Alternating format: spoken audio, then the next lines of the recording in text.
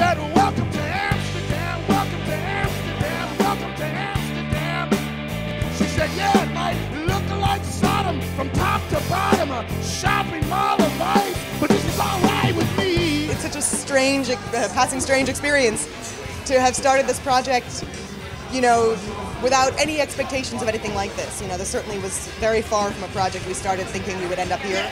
And along the way, we, you know, started to collect some fans and we started to refine what we were doing, and now to have ended up here is really quite wonderful and mad. It's like the meeting of the high school theater geeks and the stoner rock band people who used to be on separate sides of the high school. And Passing Strange is about those two groups getting together, you know? So it's sort of like a reality show. It was wild. It was a wild ride tonight. I didn't even know that I was on stage until around the curtain call. but it's been a lot of fun. Starting to feel real. Right back in the sun. Woo! How you gonna be? Starting to feel real. We were playing a little club called Joe's Pub downtown, which is connected to the Public Theater. The Public Theater folks peeked over and said, hey, this sounds like it might be a play. And I said, no, I'm scared of that because I didn't know if they were going to have like the Rockettes kicking in unison or something. I didn't. I'm from LA. I don't know what theater is, right? So they said, no, just try it. And I said, why not? And that's how the Public Theater is. They're crazy, basically. They take some rock and roll singer-songwriter and say, maybe he can make a play, you know? And so we did. I don't think anyone ever thought we actually would finish, but we did.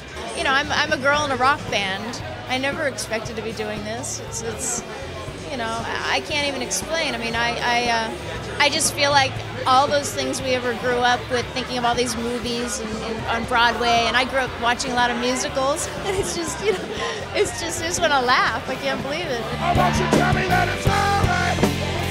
Won't you tell me that it's all right? You gotta tell me. It's the most fun I've ever had on stage, and working with people who are so talented and so generous in their art and as human beings is really rewarding. So I'm very happy to be working. It's the most truest form of an ensemble I've ever experienced. It's been exciting because I think we've been at Berkeley Rep and the Public Theater, and we found the muscle of the show, what works.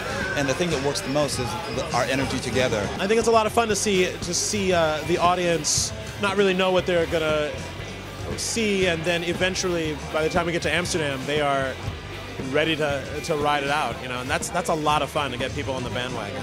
And people that you might not necessarily think would enjoy a rock musical. Amsterdam, Amsterdam.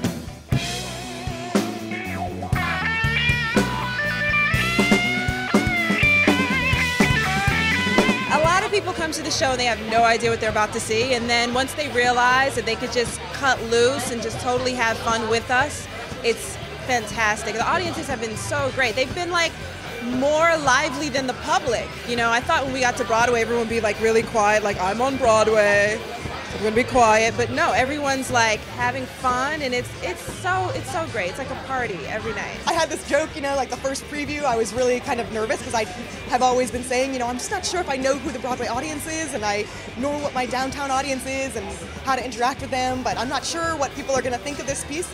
And then as people started coming, the audience started coming on the first preview, I thought to myself, oh, it's just people, isn't it? Really? They're not so different from the downtown audience.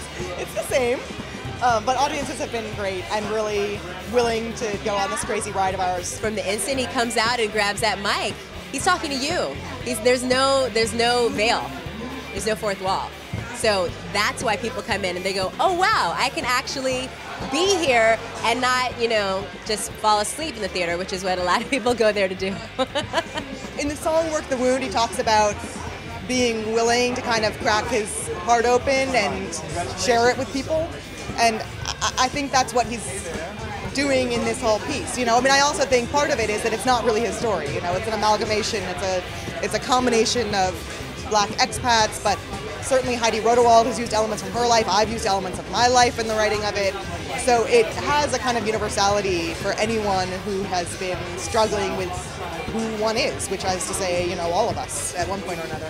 Well, it's a coming-of-age story. I think it's universal because it's about a young kid and a young artist who's trying to find out where home is for him. everybody has or had a mom. Everybody has or had a parent who cared about them. And even though we have all this new stuff that some people might think is strange, like weird music and pretty music and weird language sometimes and cool language, all that stuff doesn't matter, really. It's just a way to get from point A to point B, which is that at the end of the day, it's about a boy and his mom, and how when you're young, you don't realize how important love is. That's all the play's about. That's all the play's really about.